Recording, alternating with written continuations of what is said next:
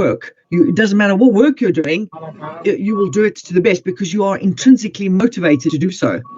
So if you're employing people who only turn up for a paycheck, you're probably unlikely to have a good work atmosphere or a good so it's and this, by the way, ties into emotional intelligence, which we'll pick up in the next session, how important this aspect is of emotional intelligence, which is all that self-management, how you're driven yourself to achieve, to grow, to learn, to develop.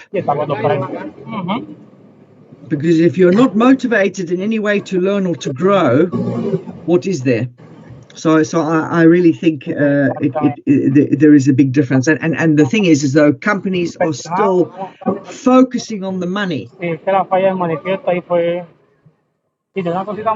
without thinking about the leadership management that impacts on people's sense of status, sense of feeling they contribute, feeling they're valued, feeling they're important no matter what role they do, feeling they're connected, not isolated.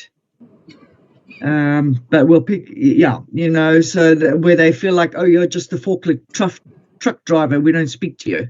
If we're in senior management, how do they feel included? How do they feel connected? How do they feel, this is the type of work environment we're moving towards, and where younger people are not accepting those old styles of management. They don't want to accept it anymore, certainly not in some countries. So I think it's something, the intrinsic motivators of people, regardless of what role they do, is really important, and how you in people management impact on their sense of intrinsic value and motivation. So I'll just pick up on that point. Share my screen with this one. Ahora sí, sin cerrar. ¿Te vas? No, pero está ya, pero es que vamos Yeah. a cargando. So Pero tienes que ponerlo a cargar. when we can see that, the carrot and stick approach. What do we mean by carrot and stick approach? Anybody wants to say something about that? What is meant by carrot and stick approach to motivating employee performance? That was something used by, I think, Woodrow Wilson, from a U.S. president. He said that he would use a carrot and stick approach in America. Yeah. That if people didn't comply to his demands by the good means, he would do it by bad means. Bad means, okay. Great, Louis. Yeah, so the carrot is, the money and the benefits, and the stick is, and that can come to the annual performance review process. So the annual performance review process is a bit of the stick process. If you don't do this, you won't get your bonus, and if you don't meet this, you don't get your bonus. So this is in some of the content that you had this theory Y and theory X model of motivation. And theory X managers assume that people are motivated by extrinsic motivators, rewards or punishments.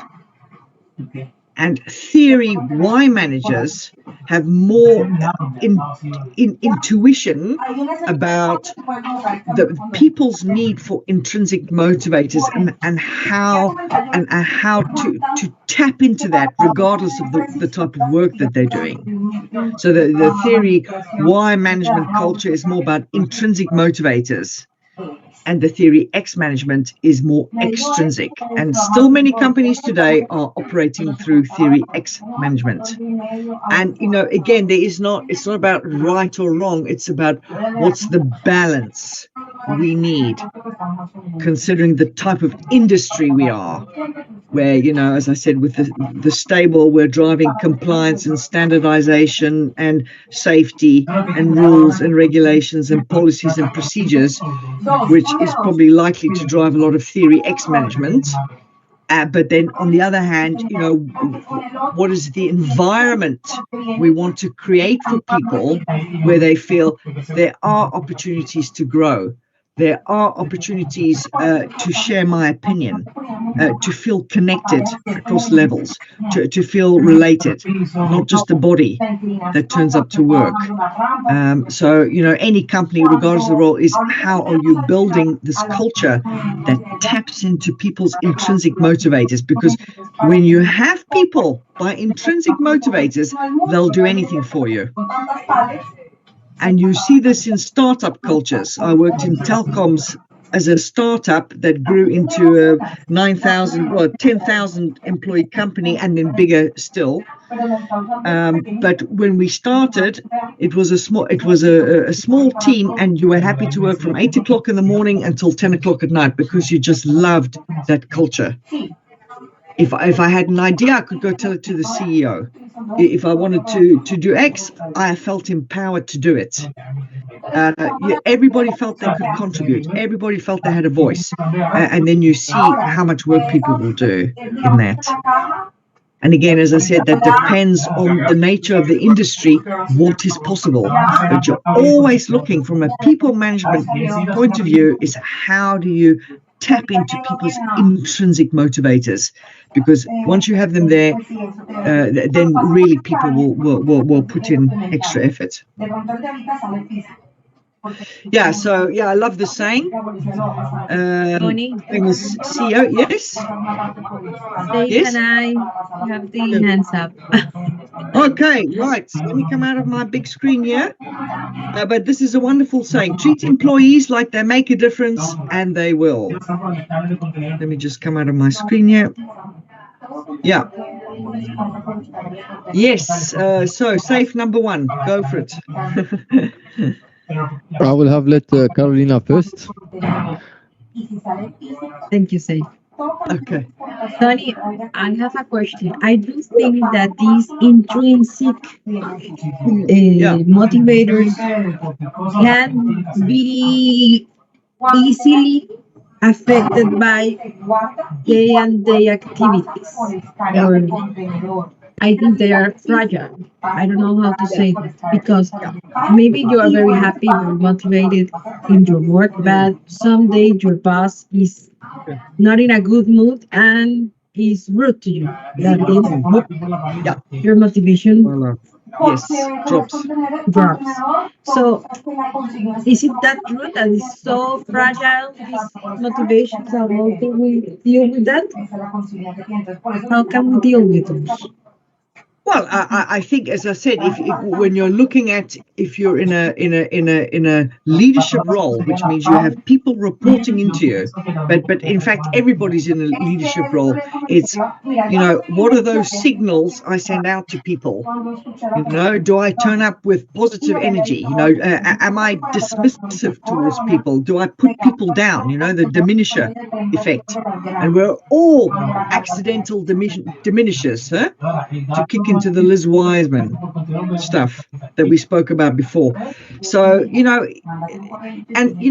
it is about companies finding new ways to tap into those intrinsic motivators. Okay, so we're dealing with a whole load of warehouse people. That's extremely tough work that they do. They have to work long hours, So what other things can we do that make them feel valued, that make them feel connected, that make them feel part of this company, not just a body that can be replaced?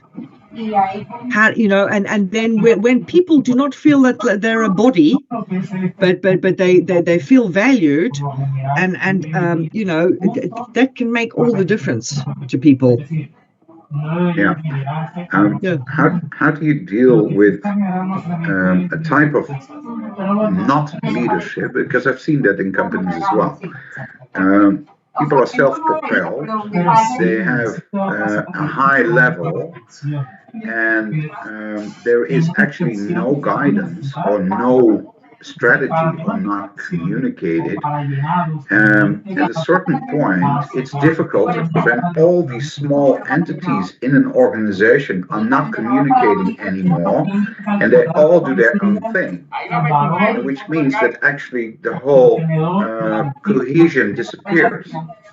So I'm very curious if anyone ever saw that example somewhere and how to handle this. You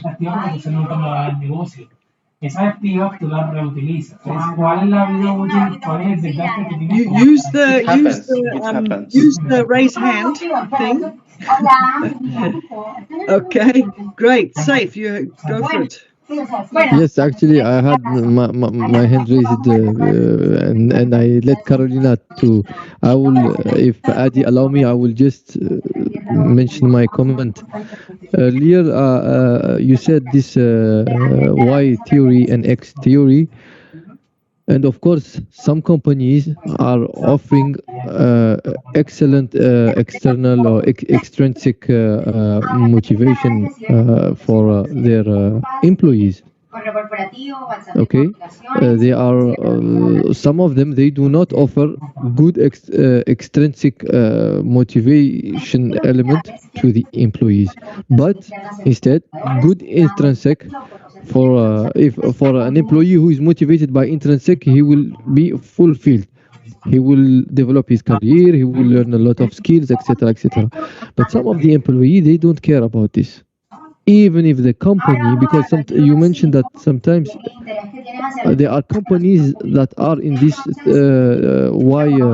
Y theory scheme, but it is not the company, but instead the employee himself, because some employee, they are looking only for salary, extrinsic motivation. Correct. What can you? And it's purely about what are the type of people we want in this company, and know that when people have no intrinsic motivation, I'm just